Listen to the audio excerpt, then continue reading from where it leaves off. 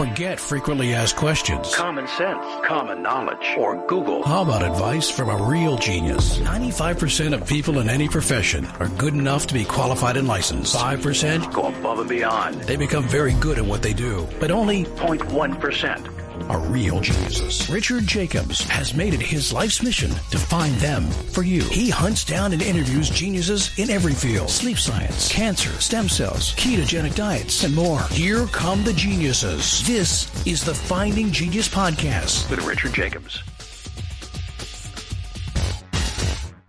Quick note before we begin, the Finding Genius Foundation, as part of the Finding Genius Podcast, has recently completed a book about understanding viruses. So the creation of this book was to interview 100 virologists, ask them a lot of deep, difficult questions, take the most difficult questions, and then re-interview the top 25 or so and ask them the hardest questions I could think of. And we compiled that all into a book. So you'll see question and 4 or 5 experts' answers. Question, 4 or 5 experts' answers. There's about 30 questions in the book. I think it's a great read for the layperson and for the researcher. It talks about a lot of speculation in the world of viruses, such as are they alive or not, and why is it important? Why do viruses go latent or hidden or ineffective or sit in a person or an animal or another creature for weeks, months, years, and then suddenly become virulent and affect that person? So there's a lot of really provocative questions in the book. It's now on Amazon. So if you go to Amazon and type in Finding Genius, you'll see the book on viruses. It's also on Kindle. The Audible version is in production and should be ready in approximately a month. But if you want to go and order it now, you can do so again by going to Amazon or Kindle, or go to findinggeniusfoundation.org and go to publications. There's an opportunity as well to get the transcripts of all the interviews and to hear the original interviews themselves. If we put them all together, the book would be about 1,000 pages, but we condensed them down to make it juicy and concise and tight and very interesting. So I hope you'll check out the book. We're now working on one about cancer, but this is going to be our goal is 3 times a year to come out with these masterclass books that I think will inspire new scientific research, and I hope you'll check it out. Thank you. Hello, this is Richard Jacobs with the Finding Genius Podcast, now part of the Finding Genius Foundation. I have a returning guest, a man of mystery in many knowledge areas. His name is Brendon Coventry. He's an associate professor of surgery in Adelaide at the University of South Australia, Adelaide. There's many things we could talk about because he's knowledgeable in a lot of areas. So this interview, I wanted to asking him right now, Brendon, tell me what you want to talk about, and then I'll ask you questions surrounding it. Well, we started off talking in the last podcast about vaccines for cancer, and we were also talking a little about the rhythmicity of a lot of systems in the body. And we got interested in both of these things, and they kind of culminated in much deeper and I must say a lot broader understanding of how the immune system might be working or appears to work. And it was really interesting in that the immune system, like a lot of systems in the body, in fact, the more you search, the more you find. And what we've noted is that just about every system in the body, if not every system, actually has some sort of cycle going on. It's got some sort of rhythm. And that rhythm is sometimes a bit hard to elucidate when you look at it, because you need something really to measure to be able to detect the fluctuation that occurs in that particular system. But, it's been done in the past a lot, and we've known about a lot of these rhythms for a very long time. For example, temperature. We know that temperature changes during the day, during the course of a 24-hour period. We know that cortisol changes, and there's some relationship between those two. We know that bone and calcium change over a much longer period. And we know that that many other systems in the body fluctuate. I mean, for example, the heart beats, so it actually has a rhythm about it, a cycle about it. Our breathing is cyclical. So it's like a circadian-based science in a way, right? Well, there's a whole area that's grown up in exactly that area, Richard. So it is.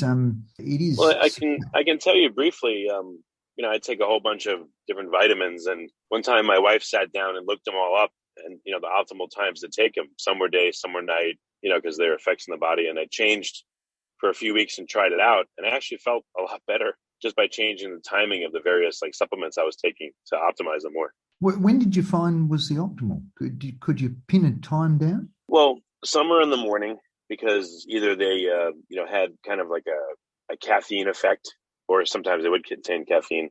Some were at night before bed, some were midday. Pretty much all were, with meals, some were without meals. But it's a whole bunch. But I did notice that I felt a lot better just by, taking the exact same stuff, but I tweaked when I took it. And each of them, after you research online, has kind of advice. Like, if you do B complex, from what I understand, it should be definitely earlier in the day. If you have it close to bed, it hinders your sleep. So that's like one example, Yeah, and caffeine itself is a bit like that, isn't it? I mean, you can it sparks you up in the morning, and it sort of can keep you awake at night if you have it late.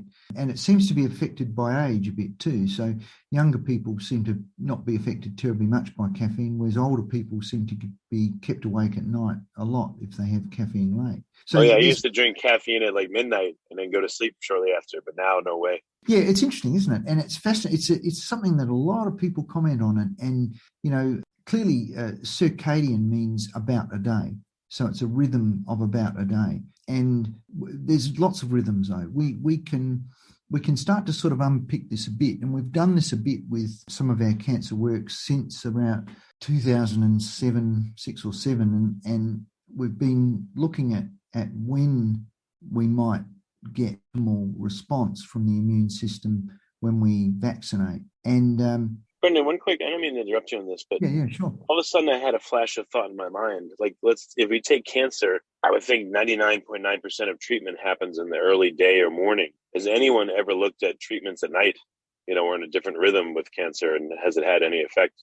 And then if not, we'll go back to the vaccine stuff. It's a hell of a good question, because just looking into it, I can find very, very little. Maybe something exists on it, but I'm having trouble finding it. And it even extends wider than that, because we treat in our cancer clinics, and it's not only cancer, we treat in lots of areas of medicine. We treat when it suits the clinic. So it's an operational thing. It's something that relates to our work task agenda rather than what might be going on in the patient. Now, to give you an example, if you look at, say, the administration of surgery, radiation, chemotherapy, we do this at a time that's essentially convenient to the institution and to the practitioner. We don't do it at a time that might be optimal for the patient. And a few years ago, there was a lot of literature came out, and it's still largely unresolved, but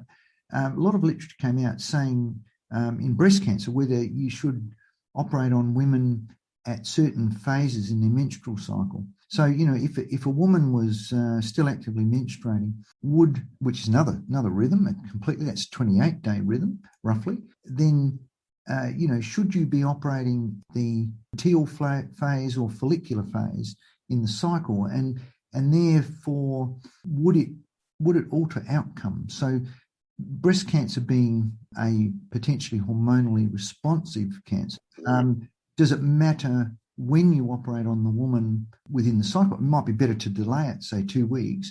It might be better to bring it forward, say 2 weeks. And it's essentially... That makes a ton of sense. Sense.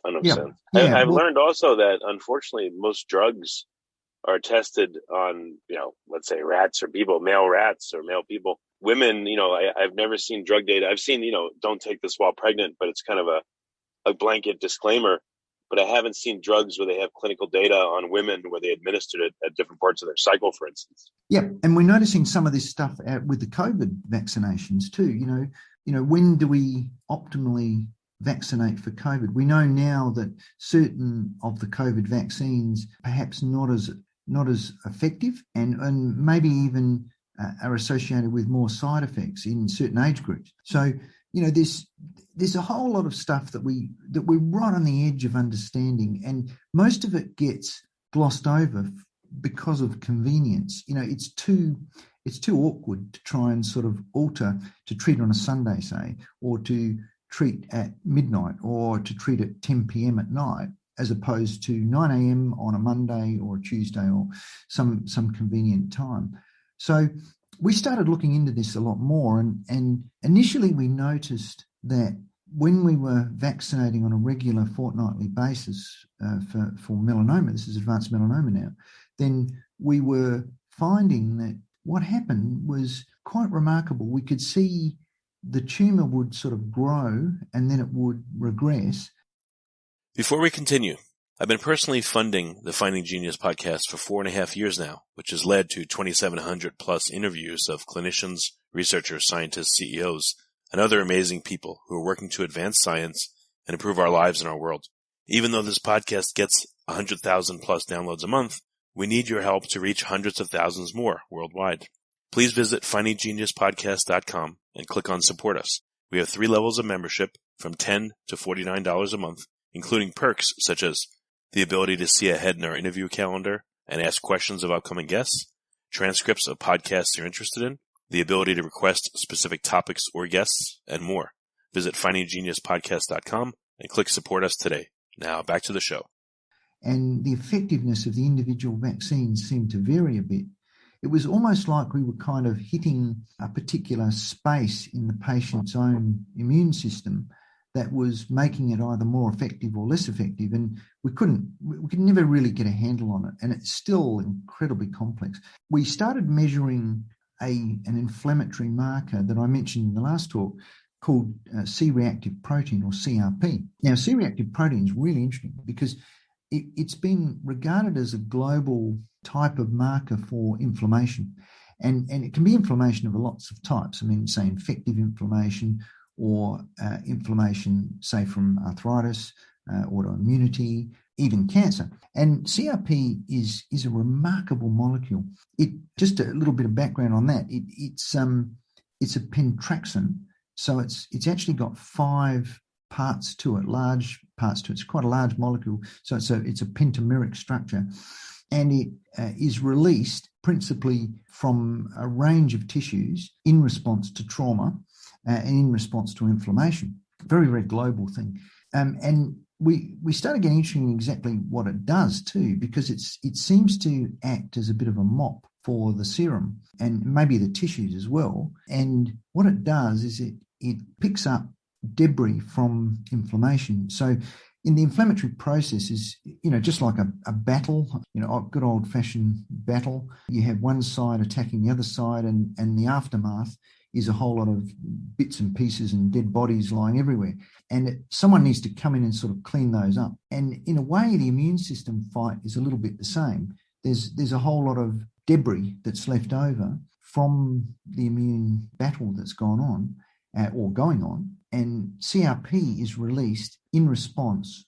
So it's detected, and interleukin 6, one of the interleukins, which is a cytokine, which there's a whole range of interleukins that actually drive immune responses. And they do a lot of other things in the tissues too. It's not just the immune system. And this sort of shows the complexity where the immune system's kind of somehow integrally interrelated with lots of other systems like the nervous system and the cardiovascular system and the respiratory system. All of these systems, which we divide conveniently as humans with our feeble little brains having to split things into bits, sort of somehow it overarches all of this, and it works in a way where all of these systems are just kind of one, which they are anyway, and they're dynamically interacted with each other. And in there somewhere are these rhythms. And the rhythms, there's rhythms of interleukin 6, there's rhythms of CRP, and there's rhythms of just about everything else that you can think of. Red blood cells, white blood cells, and so on. So what we are is effectively a very, very complex set of rhythms going on in the body. And these rhythms are not just stable. They're not just, night and day. They're actually varying all the time. So what are some of the parameters that change a lot or dramatically in these various rhythms? And is anyone studying more than one of these or any of these in the medical context? They're often split into sort of individual rhythms. So first of all, there's not a lot of study going on with rhythms, although chronotherapy and chronobiology is becoming a big area. So it was incredibly unpopular. People had. If you like this podcast, please click the link in the description to subscribe and review us on iTunes. In general, scientists and clinicians had, and still really have not much real respect for the fact that rhythms are going on. And this is partly because we don't understand it. So, what you don't understand is pretty hard to use, but so it's better to just sort of work with the stuff you know. And in this respect, the most of the clinical cancer treatment is it just goes on regardless and doesn't take into account any of the rhythms. But the people that are studying it much more than I am have a much deeper respect for the fact that these rhythms might be altering the efficacy or the effectiveness of treatment. And we started looking at this with CRP. So C-reactive protein goes up and down, and we noticed that one of the most important things is how often you measure it. So if you measure it once a week, you sort of see a particular type of rhythm. If you measure it every couple of days, another rhythm. If you measure it once a month, another rhythm. If you measure it every day or several times a day, then those rhythms actually become obvious. Now, we know about all of this, say from diabetes, where we've been measuring glucose in the serum. And when we started measuring glucose, we'd do spot glucoses. And we would notice that in diabetics, they were elevated unless they were treated. And we would notice that it was pretty hard to get a handle on things. But when we had devices and systems and the understanding that grew around it, we could eventually take blood readings at a much more regular level. And then we could notice these fluctuations that became obvious. They became visible in blood glucose. So now we've got this amazing situation where we can have fingerprint testing of glucose. I mean, it really is astounding compared to what we had only just a few decades ago. And so patients themselves can do all of this from home and can really monitor their own blood glucose and have a deep understanding of exactly how their body works, what their glucose is doing, and relate that to symptoms so that they can feel a hypo coming on, they can feel where they're going a bit high. We now have monitors that you can even insert under the skin or needles that go into the skin that can pick up blood glucose. And this has completely revolutionised the treatment. It's more in the hands of the patient than it is in the hands of the clinician in some ways, and the clinician does the advising and the prescribing. I kind of see cancer as going a bit like this. For example, CRP measurements, if you do them daily, show a fluctuation. And we applied some pretty rudimentary mathematics, polynomial analysis to it, and it really sort of started to show a 7-day type cycle going on. And we thought, wow, this looks interesting. So there was a master cycle of glucose. You mean that was over 7 days? Well, this is with CRP now, but CRP. Okay. With glucose, it's more a daily cycle, but there are sort of rhythms over rhythms, if you know what I mean. For example, if you look at temperature, there's a standard temperature rhythm, which is diurnal, daily. But if you look more widely at temperature as it changes over a longer period of time, then it's actually related to the menstrual cycle as well in women, and it's quite separate in men. So you can have sort of like a longer wave fluctuation, and you can have a shorter type fluctuation, and both of them actually related.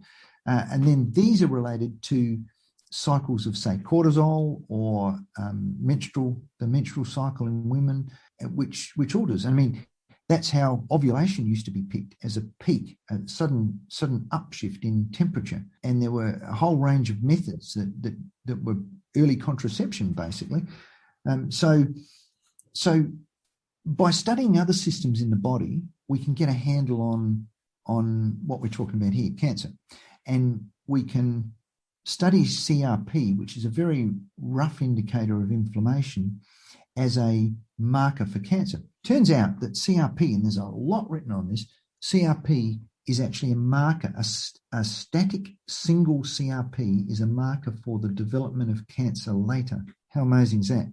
Mostly single static readings, not much of an indication of too much. What do you mean, Brendon? What do you mean a static reading? What do you mean? You mean if your CRP doesn't if change over time, or what do you mean? No. If I mean, if you just have high CRP, it's a predictor of cancer, or what?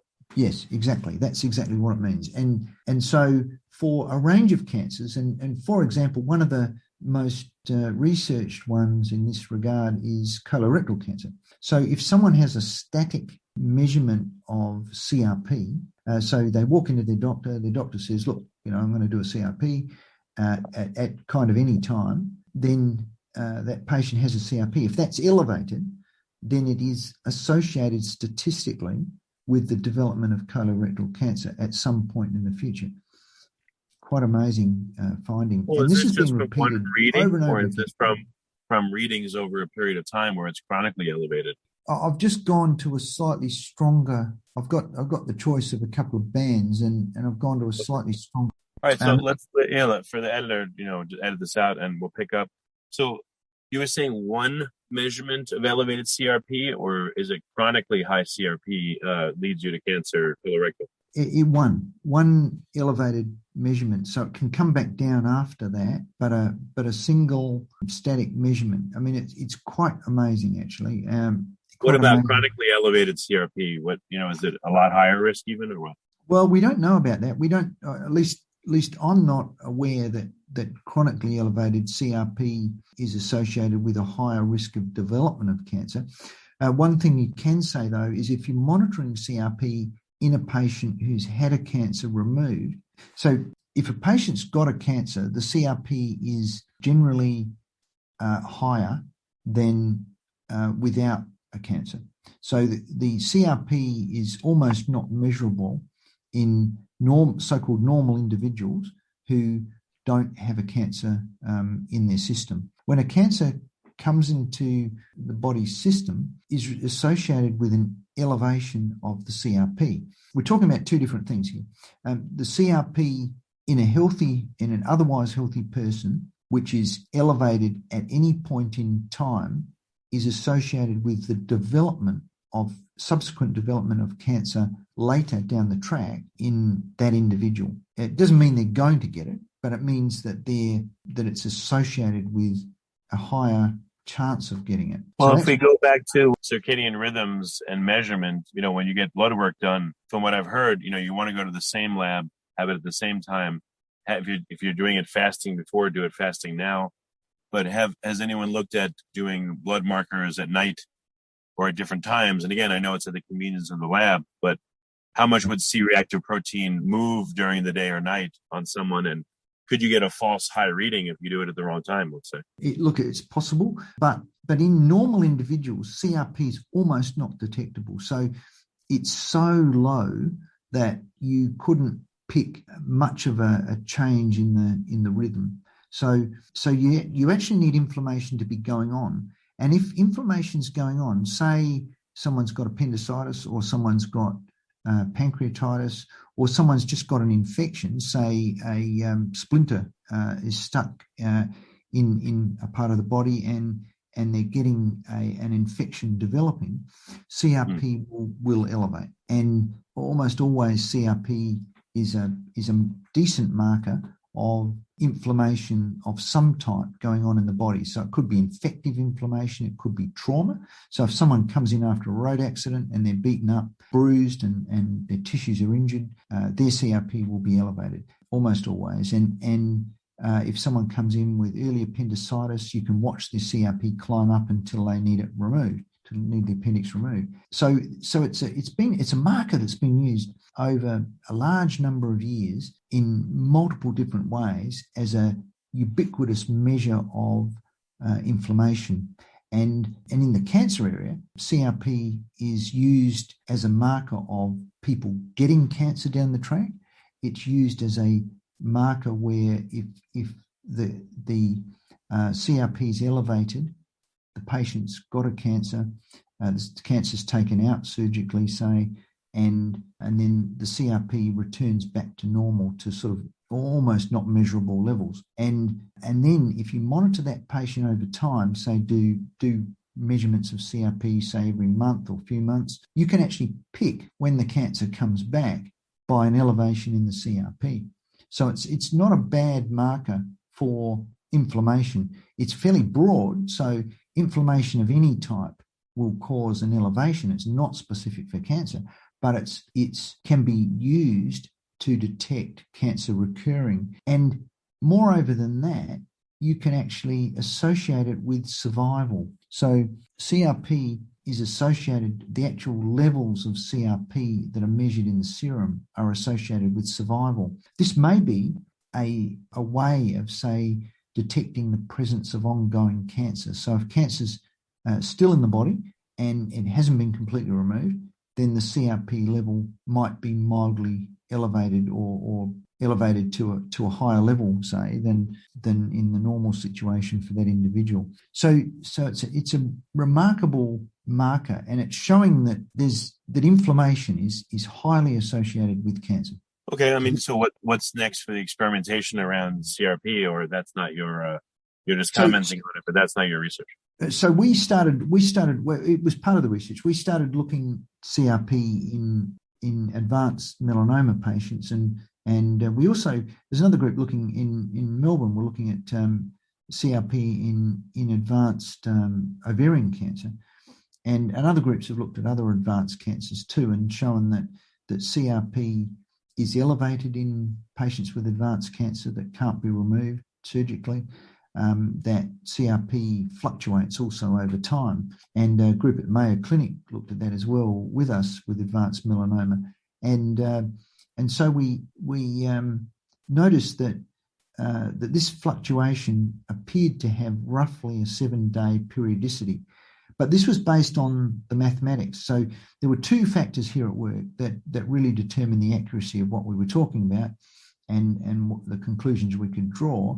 And they were the frequency of the sampling of CRP. It had to be at least daily in order to start to show this, and or at least every few days to be able to show this, and the mathematics.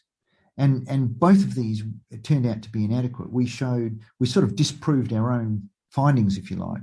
We started off by concluding that there was a 7-day cycle on the basis of preliminary information, and then we looked at it in more detail. And one of our PhD students, Mosen, and at this stage we started working with the electrical engineers at Adelaide University, and we started taking the data that we'd gained clinically, and we gave it to the electrical engineers blindly, and they sort of started manipulating it and looking at it mathematically multiple different ways.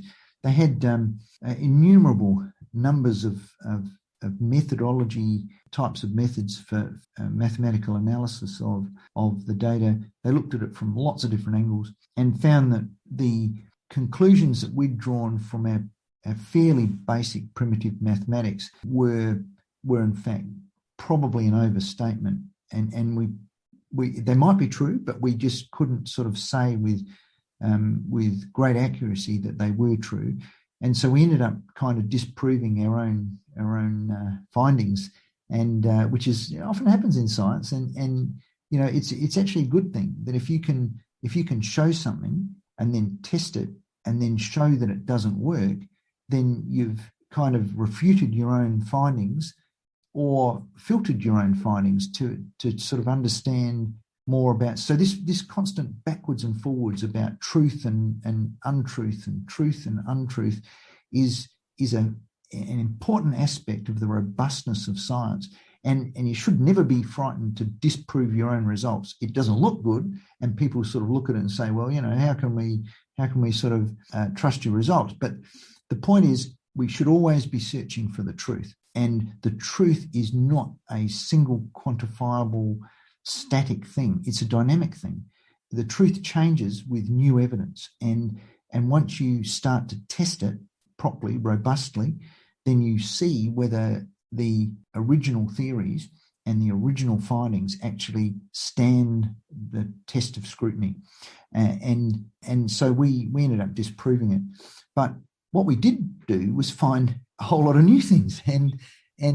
So what we found was that if you applied different mathematics and you looked at it in a different way, so we started using deep learning and artificial intelligence, and we started showing that you could actually forecast what the next CRP level was going to be.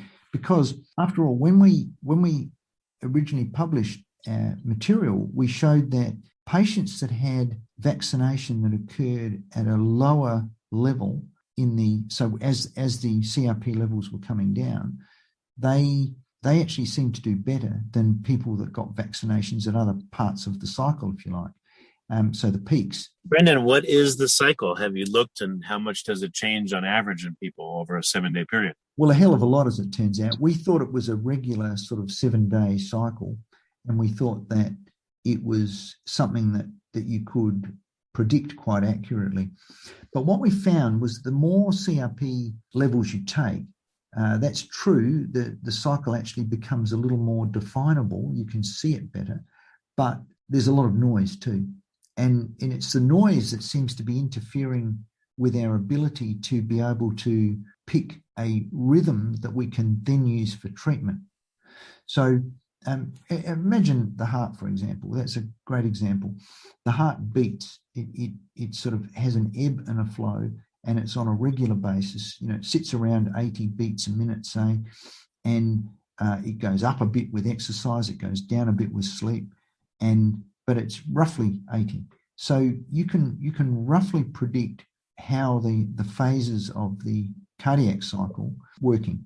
And if you wanted to institute a treatment that, say, was at a particular phase in the cardiac cycle, then you could do so. And there are some treatments that do that, electrical treatments and so on.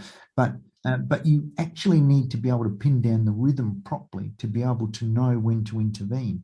And this is what we were hoping to do with cancer, that if we could show that if we could take the rhythm that we'd seen and we could show that this rhythm was regular, then we could intervene, just like you were saying earlier, we could intervene when it suits the patient according to the patient's own rhythm, as opposed to intervening at another time, which maybe doesn't suit the patient. So there's even some very basic evidence, and it's not good, but it's something that's worth looking at further, that if you intervene at the wrong time, you might actually make the treatment have an effect on the cancer that was worse for the patient, not better. So there's times you might be able to intervene at a better time that would improve. Brendon, how much, what is the numbers that express CRP? I've seen it from 1 to 8. I don't remember what the scale is, but again, how does it vary over 7 days typically? And why is there a variation? What do you think physiologically is causing this ebb and flow? Is it, inflammation ramps up to clear the body of debris and then it does so and then goes down? Why do you think this is all happening? Well, I think that the immune system is fluctuating in the background, and this is still conjecture, but it's the best explanation that I can find, that the immune system is reacting to the tumour not in a static way. In other words, it's not a constant level of inflammation or reactivity against the tumour that's going on. That the reactivity is higher at some times and lower at other times, and that this is related to other factors that are going on in the body. So in other words, the immune system is not constantly attacking the tumour, it's ebbing and flowing. So there's an attack going on and then it eases off, and an attack going on and it eases off. And that this is reflected in the degree of inflammation and the degree of fallout that's going on, inflammatory debris that's being released, and that is reflected in the CRP levels that we're seeing fluctuating. That's probably the best explanation. Okay, Brendon, one second. Did you see this same cycle normally in people, or did you only look in people that had cancer? Does it normally occur anyway, the 7-day cycle? In normals, as I was alluding to before, in normals, there's almost no measurable CRP at all. So I've seen it on many blood tests, not just mine, but it's usually something's measurable. It maybe on the scale I see is like 1.0 is considered to be very healthy, but I've certainly seen it ever present in a lot of people. So I think there's some cycling of it too. Yeah, but of course it's usually measured when someone's unwell. It's used as a measure to see whether they're unwell. And so what prompts the measurement to be done is the fact that the person comes in not feeling well. So it's biased. It's biased right from the beginning. We're not doing this in a range of normal people with absolutely nothing going on and no concerns whatsoever. We're doing it more in a range of people who come with a suspected problem because they're not feeling well. So that's the first thing. And the second thing is that there is data that actually demonstrate that if you do it in normal individuals, you take a whole bunch of people that say they've got no problem going on and you measure CRP, it's at such an incredibly low level. It's like at the lower end of the normal range. Most of it sort of sits down there.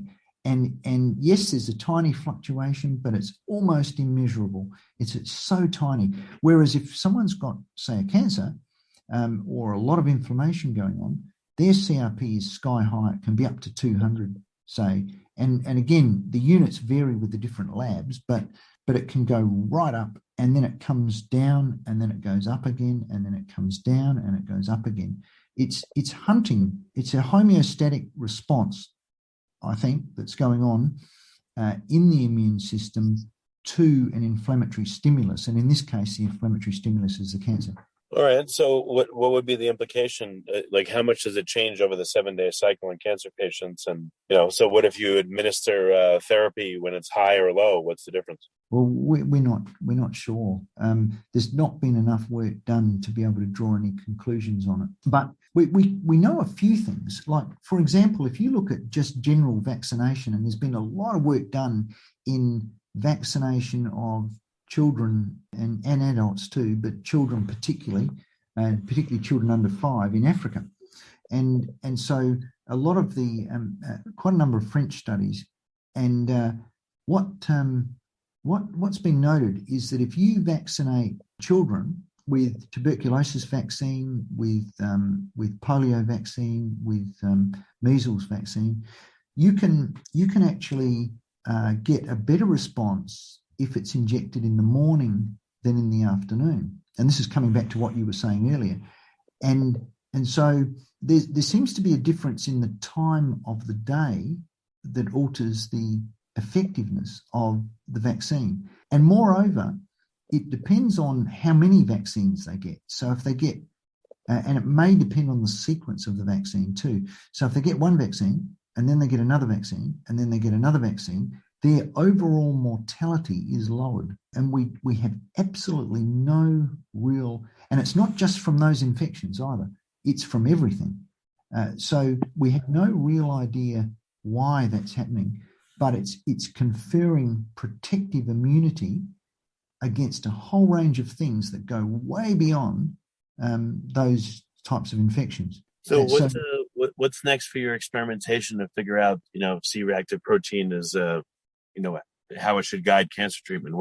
What's next for you? So we've got a bit of a pause at the moment. We've had a look at, as I said earlier, artificial intelligence and with deep learning, and we've had a look at how we can forecast the CRP level. So if we know that it's going down, for example, and we can forecast that it's going down, a little bit like forecasting the weather, that tomorrow's weather is likely to be pretty much similar to today's. And you can forecast rain, you can forecast good conditions, and superimposed on that is a seasonal fluctuation too that we all know about. But you can pretty accurately forecast what's going to happen in a short period after, provided you've got enough data on what's happened in the last couple of weeks. So similarly, you can do that with CRP. If you have a series of measurements of CRP and you know roughly what they are, you can teach the mathematical algorithm in artificial intelligence to actually work this through and then predict what the next CRP level would be. Now, this gets around a lot of the problems of the noise, which we've had in trying to determine the rhythms. We looked at a whole lot of different mathematical methods to try and nail this down. And we ended up going right back to the 1800s, where a chap from Cambridge and another Russian mathematician were working separately, and they were looking at sunspots. Now, sunspots are really interesting because sunspots actually have a rhythm about them, and people thought they were random. So there's a lot of noise going on there. If you sit and try and measure sunspots, there's a lot of noise. But you can actually use types of mathematics to nail this down and have a look at the rhythmicity of sunspot development. And we were using some of those same sort of mathematics to look at it, to look at our CRP data and to look at the fluctuations in CRP data. But we found that they were still probably not good enough for being able to use them clinically to determine whether we would jump in and treat at a particular time or not, or choose not to jump in and worry about it making the patient perhaps worse. So we've adopted a whole lot of approaches, and we're still trying to sort this out. But the net result is that using artificial intelligence and forecasting of CRP measurements, we can probably predict when we can jump in and treat a patient. Whether that's more effective or not is going to be determined by some future clinical studies. So we'll probably move down that pathway in the near future. Very good. Well, Brendon, we're now out of time. What's the best way for people to find out more about your work? Where can they go? So they can contact me through Adelaide University. They can go on the net and have a look, Google Scholar or PubMed, and have a look at some of our publications. And they're probably good starting points. But I'm happy to talk to people if they've got questions. Okay. Well, very good. Brendon, thank you again for coming back, and I really appreciate it. No problems, Richard. All the best. If you like this podcast, please click the link in the description to subscribe and review us on iTunes. You've been listening to the Finding Genius podcast with Richard Jacobs. If you like what you hear, be sure to review and subscribe to the Finding Genius podcast on iTunes or wherever you listen to podcasts. And want to be smarter than everybody else? Become a premium member at findinggeniuspodcast.com. This podcast is for information only. No advice of any kind is being given. Any action you take or don't take as a result of listening is your sole responsibility. Consult professionals when advice is needed.